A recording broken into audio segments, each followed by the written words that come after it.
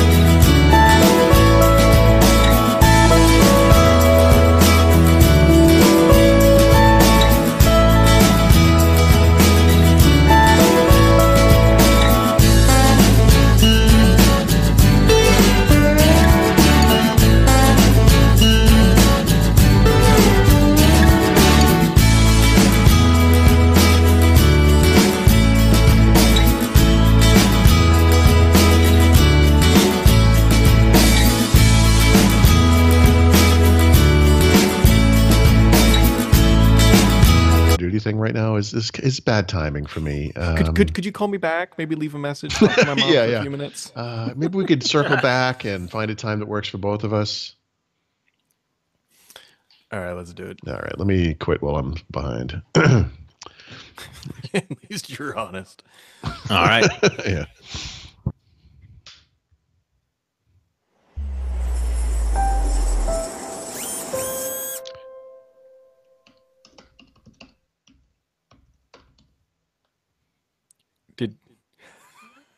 So I don't know when the stream flicked on, but Paul was quite literally playing Call of Duty right up until that intro started, and I heard clicking, and I assumed that he was actually still playing. No. No, you didn't. Okay. Well, we'll do this in the meantime. Welcome home, Brad. Folks. Today. Oh yeah. Well, hold on. Hold that thought, Paul, because today's show is brought to you by Smart Deploy. These nice people back here. They specialize in computer imaging, so your IT team doesn't have to. Check them out, please, at smartdeploy.com/Thurrott. And as Paul just quickly interrupted, as per usual, I am home. I noticed that's your bag in the background. Yeah, that is. You're like home and not even unpacked. No, man, dude, I got up at 3:45 Central Time, which is 4:45 Eastern Time. Mm-hmm. Took a flight, which, as I observed to you privately, is a god awful time to get up, except for one thing: you're going home. Yeah. Yep. Yeah. And that's it. My bag is right there. It's still packed with the Surface Book 2 in there, all nestled nicely. Hopefully that it still works after being, tossed around through the cabin and whatnot. But I am home. I am extremely tired. 8 seconds after this podcast ends, I'm going to close my eyes and probably sleep in this chair. Yep, I would. And go pick my kid up and not sleep. Here's the thing, actually, interesting side note related to what we're talking about. I just observed to my wife this morning in the kitchen that last night I slept for 8 hours, which for me is very unusual. In fact, if you were to look back at like the past year, I probably only slept that long, maybe 3, maybe 4 times, something like that. And this is absolutely the end effects of the trip that we just went on together. That I've been kind of suffering from sleep-related whatever this week. And then last night I finally just slept like right through and I woke up like $1,000,000. In fact, I wrote over 5,000 words before lunchtime today. But you didn't have that benefit. No, I didn't. Were home for, I don't know, a day and a half, something like that. And then you flew again. I can't even imagine doing that. Approximately 36 hours. And I mean, the nice thing is at least I have nothing to do this weekend. And by nothing to do, I mean, I have everything to do on the weekend. So, I'm gonna recover here. I am sure your family will be very understanding and will exclude you from the reindeer games.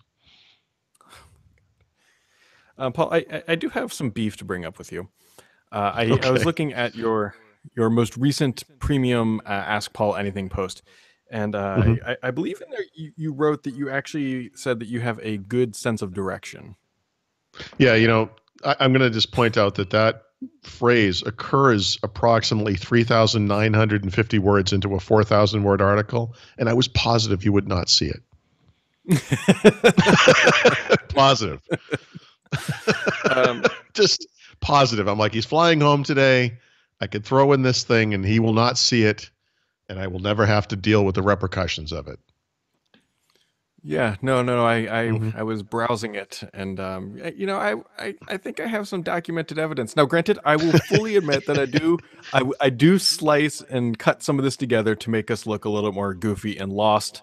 A little bit more dramatically than potentially it is in real life. Yeah. But in Maui, we absolutely almost didn't make that keynote.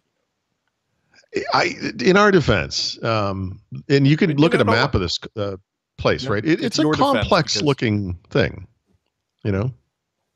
It is. And somebody actually asked me, they said, Brad, why don't you help read the map and offer direction as well? For the same reason Brad wouldn't help the day that his daughter's balloon flew away. He is busy filming it so that the rest of us can enjoy it. It's important to document when your offspring realizes that it is a cruel world that we live in. And I am just so thankful that I have that image of my daughter's balloon about 10 feet above And I'm thankful that we all have that image of your daughter. Also, the ball hitting your daughter in the face video, which is one of One of my all-time favorites still. Yes. It's a little less funny when I'm the butt of the joke, but yeah, I mean, whatever. Yeah, yeah. And so if you haven't checked out that video, it's somewhere. It's just behind the scenes Maui, and yeah, that went up last Friday. Dude. So to your point of the travel, I've been so lost in just what day it is has been the bigger issue. Yeah. Yep. Yeah, but anyways, yeah. No, and by the way, I have too. And me complaining about this makes no sense because you've been traveling so much more. But yeah, I've experienced this week. It's like you wake up, you're like, what? Do I have to work today? Oh yeah, it's Wednesday. I got to work a lot today. And so the interesting thing about travel and all this stuff, because we were doing a lot of meetings, actually it was just George and I talking about 2018 for a bunch of different things. Not really fully up to speed about what's going on, but all I do know, Paul, and maybe you can elaborate on this a little bit, besides the fact that I don't know what day it is, we still don't know when the next big Windows 10 Insider build that they keep hyping up with like a 25,000 word post or something. Like that's yeah. So Donna Sicard tweeted about that a few days ago, and the plan at the time was to deliver that build on Thursday.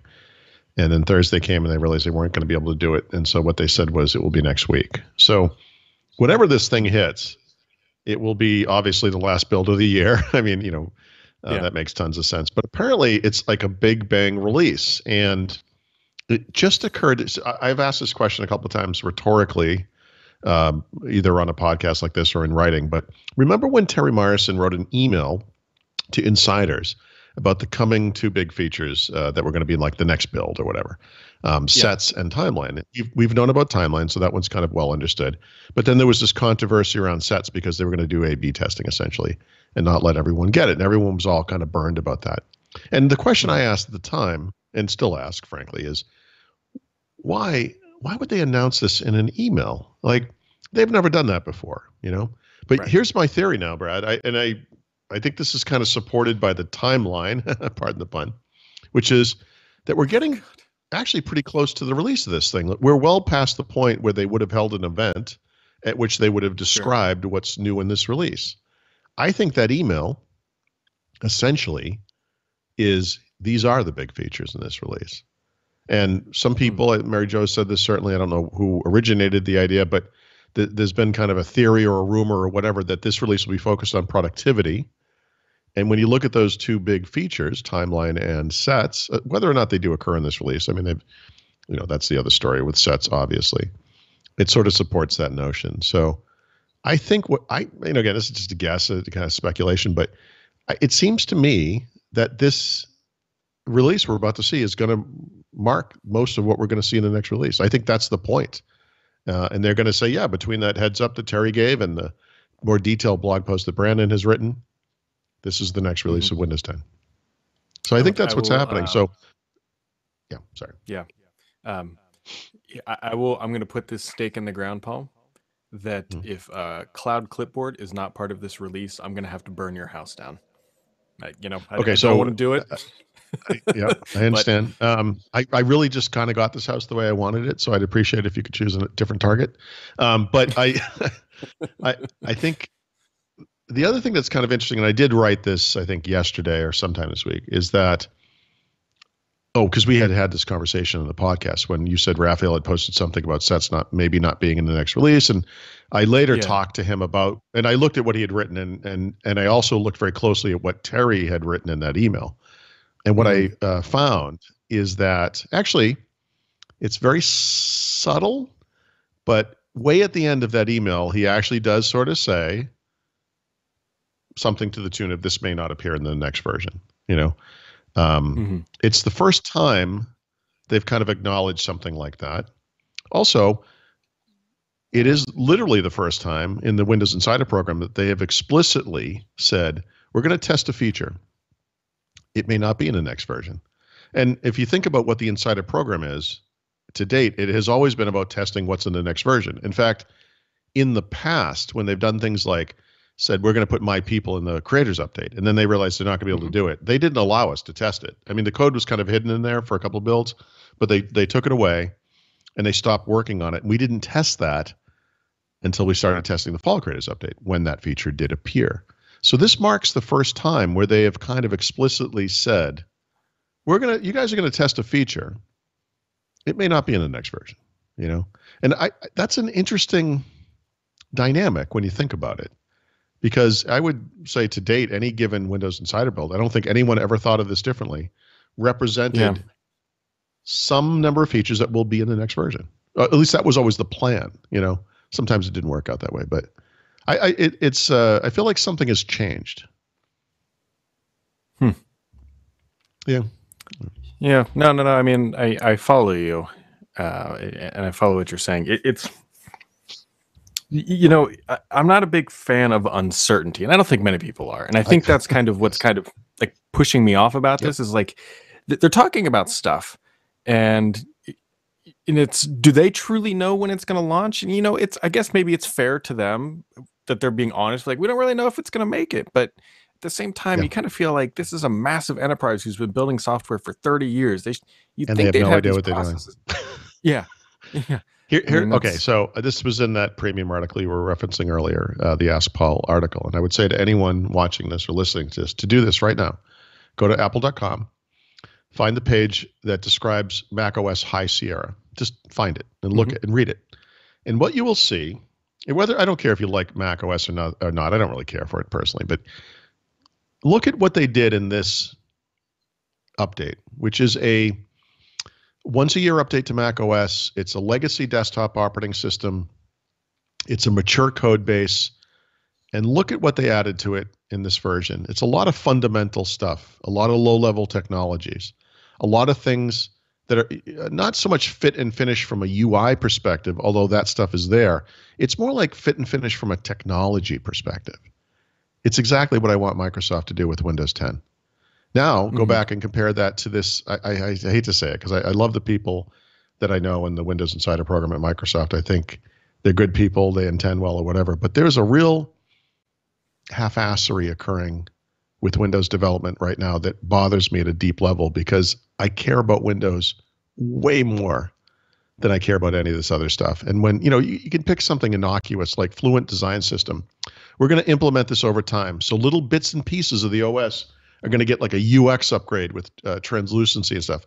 It might be 2 things in this release. It might be 10 more things in this release. We might do whatever. Over time, we're going to change it because we literally have no idea what this design system is, and we're going to use your feedback to change it over time.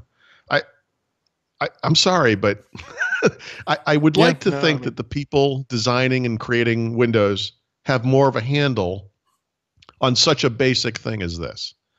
Community sourcing software development is one of those things that sounds cute and sounds right and sounds whatever, but as I watch this unfold, I get a deeply unsettled feeling about the kind of competency, professionalism, and correctness, I don't know how else to say it, of this system. And I'm worried. And I don't want to use the Mac. It's not my little Paul switch into the Mac thing or anything. Like, I really just don't care. I really care about Windows. I really do. I didn't say anything. To Chromebook, are you? No, I test these things all the time. And, you'll appreciate this because it's like the Mustang thing I talked about in Maui. My wife and I rented a convertible Mustang for one day, and it was fun for that one day. And now I know I never want to buy one of these vehicles, and that's what it's like every time I use a Chromebook, like a Pixelbook or the MacBook Pro that I bought and then returned, which is like, it was very interesting. I like it on a certain level. I don't want this thing. It's not what I like. And I want Windows to be better. It's coming from the right place. Yeah, kind of moving on here because I'll fall asleep otherwise if I listen to you talk too much more. I know I'm in total soapbox mode today. I apologize. No, it's just any other day that ends in Y. So I know you wrote up about your hands-on experience with the Grammarly keyboard plugin. I've been using it, and I don't know if you remember this, but when I talked about it, what was it, Tuesday or Wednesday? I was like, hey, I switched to it, and you said, yeah, I tend to try these things out, but I always go back to the default keyboard. Well. Right, I'm back to the default keyboard. Okay, but I need to ask why. And then I just want to make one observation Yeah. about this thing that I think is very interesting. But go on. Yeah, very fair question. The number one reason why is iOS 11 third-party keyboard integration is still terrible, and Yep. a bunch of the times when I would go to type, it would pop up the old keyboard, and trying to jump between the two keyboards you never know Yeah. what you're going to get. It's like a box of chocolates. Like, oh, I'm going to type a tweet. Is it the normal keyboard where I can, or is it the Grammarly one that gives me better, punctuation? And so, because iOS kind of sucks with that. Yep, I'm back. Anyone who uses an iPhone is aware of this issue if they've tried a third-party keyboard. It's absolutely true. And I haven't had it on mine long enough. And I'm not going to, frankly, I don't use the iPhone primarily anyway, so it's going to be hard for me to notice that as much. It's not as bad of a problem on Android. The one thing I really like about this keyboard is that it looks and feels like the native keyboard on both platforms. And so if you're familiar with Gboard on Android or whatever the iOS keyboard is called on iOS, it looks exactly like them. And honestly, I think that will ease the transition for people because I personally have kind of an affinity for stock things on in different platforms. But the thing that's been bugging me about it, though, is the reason you get it, which is it pops up these little green boxes all the time, and they come from different sides of the screen depending on what kind of a pop-up it is. And I actually find them kind of distracting. Like, they can be. So I'll keep using it and see. But I mean, I'm attracted to it for the same reason you were, which is that we use Grammarly on the desktop and love it and rely on it. And it's completely understandable why someone who does that would want to use it on mobile too. So I'll keep trying, but non-stock keyboards are tough. Yep. And then the other thing definitely worth pointing out, Meh is referred to him internally, but Mahedi or Mahidi or whatever, name of the day. Whatever we're calling he's a good person. Wrote up a post. Is there any evidence that he's a good person? I mean, do we even really know this guy? That when it is comes really down to it. Actually. Yeah, he could be a huge jerk, actually. We don't. Yes, he could, right. Yep. No promises, folks. That's all we're saying. Yeah. We're going to take a road trip to London here and get that all sorted. But the quote-unquote Andromeda device that has shown up in patents, there's another new patent showing it off. To be honest, there's not a whole lot there. It still looks like a dual-screen, dual-hinge device. And we don't really know too much more. It appears that the primary patents on this device have been related to the hinge. And, given Microsoft's experience with hinges, right, the Surface Studio behind you is a great example, or the Surface Book, maybe that's not surprising. I'll try not to make a hinge pun like the success of this device hinges on, but it kind of makes sense. Said you weren't going to do it. I know. I'm a hypocrite. We've been over this. I feel like it makes sense that this is the type of work that Microsoft would do, and I would say that latest patent I don't think points to anything, frankly, other than some future Surface device hinge. I mean, so yeah, okay, yeah. Surface phone.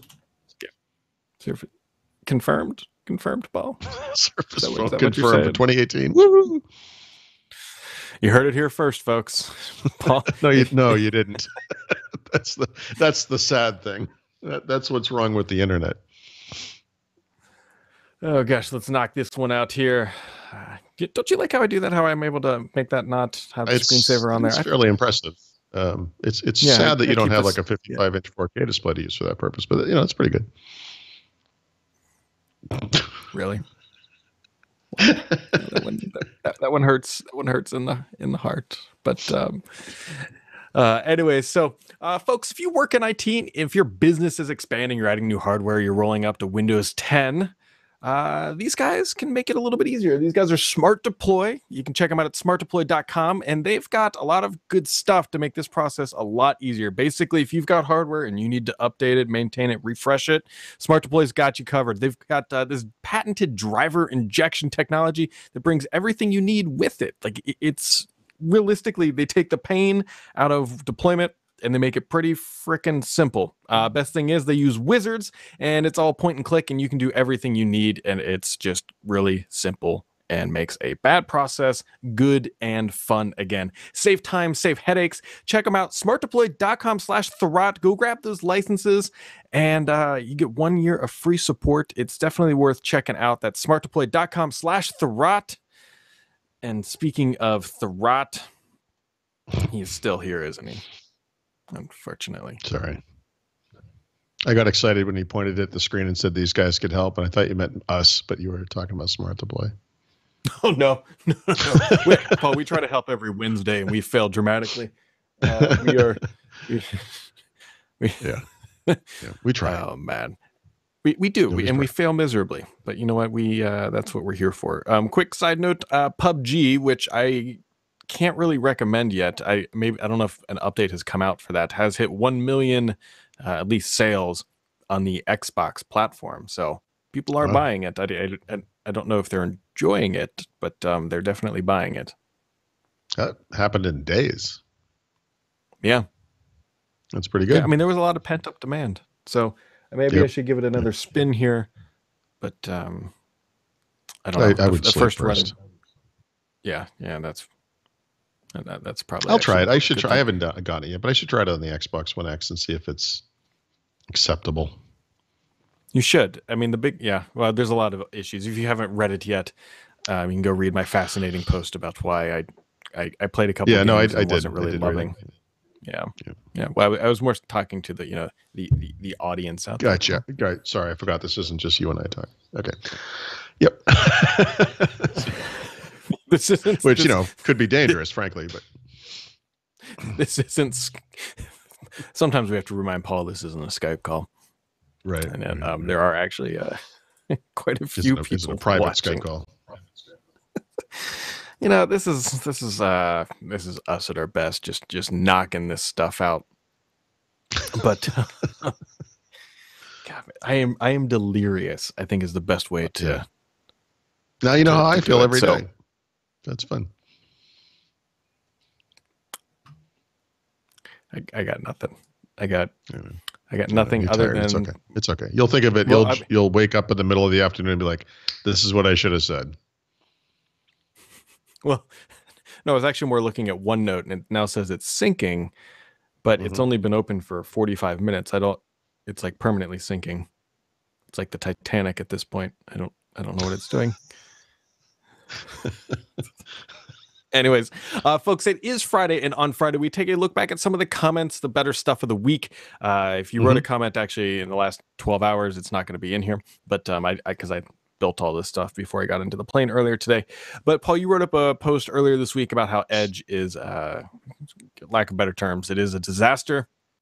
And Bart writes, he says, yet Microsoft still doesn't uncouple Edge from Windows 10 to speed up development. They've been promising that it's coming to the store at some point. I'm not sure what's going to arrive first, iTunes or Edge in the store. I addressed Edge in that Ask Paul article we keep referencing today as well. And, someone asked me, well, what would you do? Like, how would you fix this? Like, if you could run Edge or whatever. And the truth is, I feel like we've gotten into Windows Phone territory here. And what I mean by that is, I feel like Microsoft has done everything they can do pretty much to make a difference, And I also feel, to address what was just said about decoupling it and so forth, that you could pick any of these little fixes that people have, and more extensions, decoupling the browser from the OS is the obvious one. Is it really going to matter? I think the thing that's happened is behaviorally, people have gotten used to using third-party browsers and they like them, and that was the issue for Windows Phone. It wasn't that Windows Phone was lousy. There were good ideas there. There were no apps. That was a big problem. But people like the phones that they use. They just do. I mean, some people have a hard time believing that people like Chromebooks, for example, or Android or whatever. But the truth is, people do. And I think in the browser world, because Microsoft basically let IE go for so long, most users at some point looked into other browsers. And Firefox was a big deal right up front, and then more recently Chrome.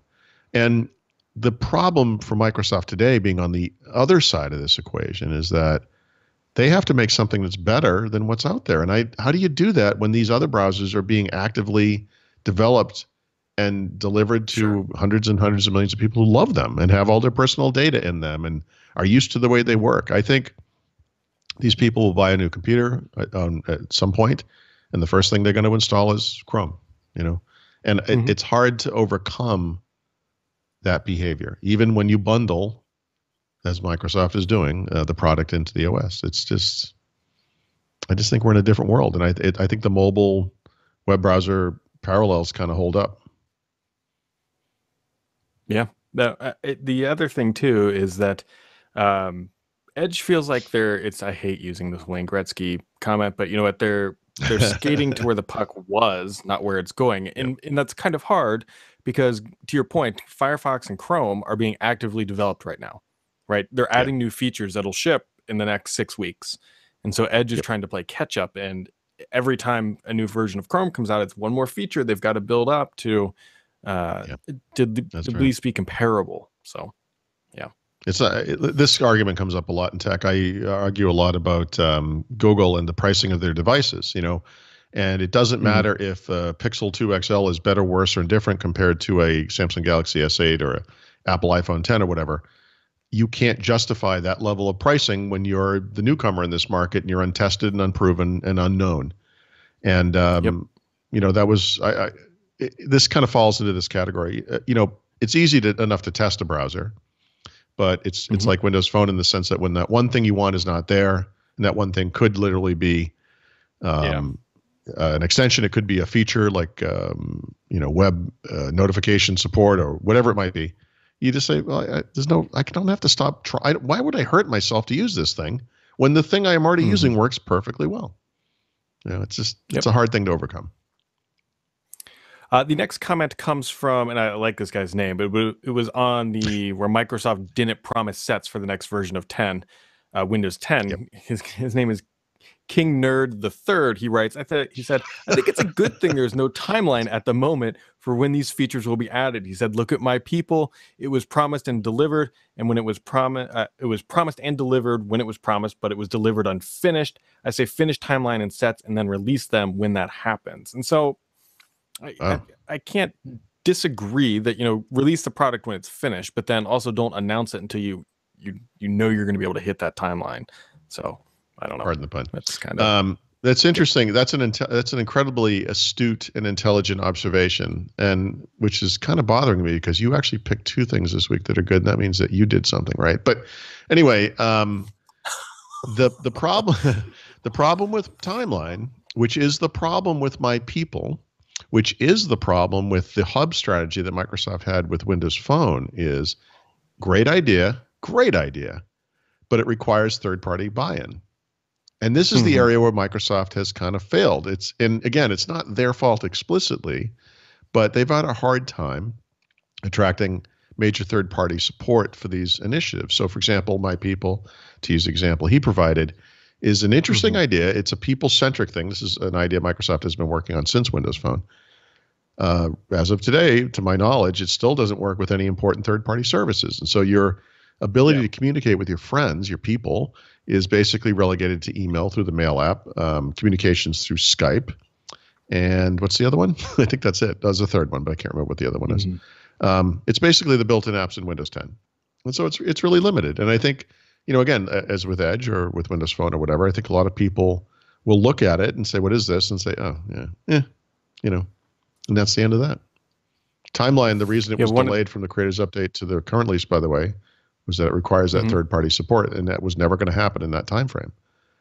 Sure. I'm sorry, from the fall creators update to the next update. So we're only testing that now. In fact, we're not now, but as of next week, I guess we finally will be. But it hinges on third-party support. So imagine if you used, I got to think of an example. I mean, this is a dumb example because it's not, no one uses it. But if you used WordPerfect or something, if this thing only integrates with Microsoft Word from a word processing document perspective, Timeline is worthless to you.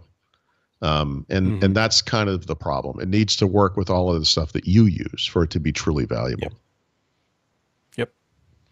I I I agree. I got I got nothing that counteracts that. I do want to point out one thing.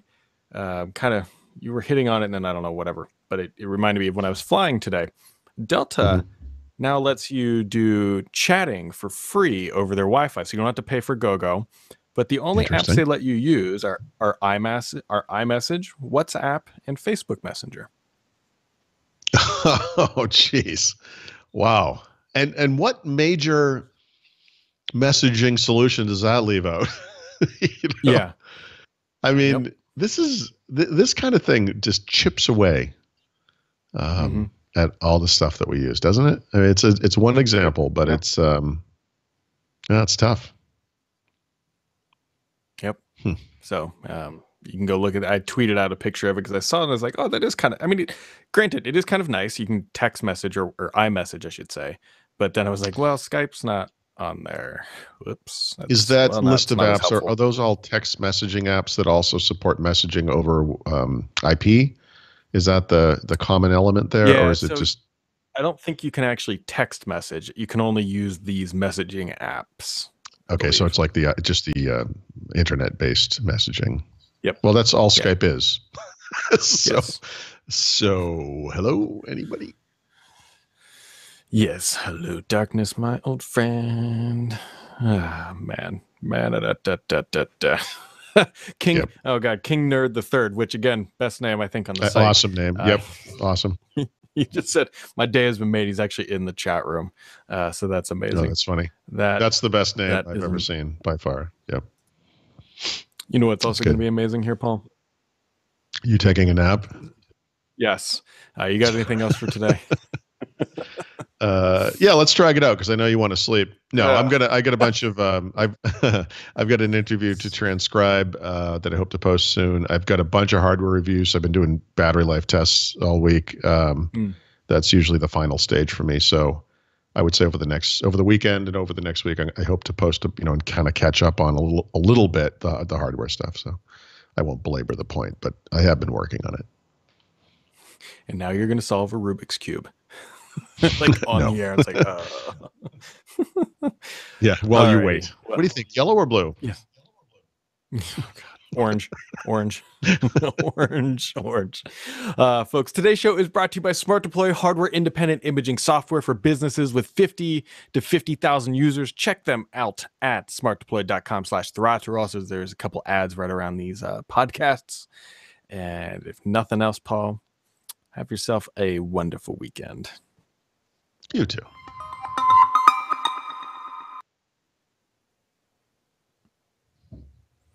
All right, I'll be back in the regular studio, which is actually just right over there. I wanted to get this fixed, but yeah, well, it's not happening. And then I got to ship this machine back and blah, blah, blah. All right, I'm done. I will catch you Monday.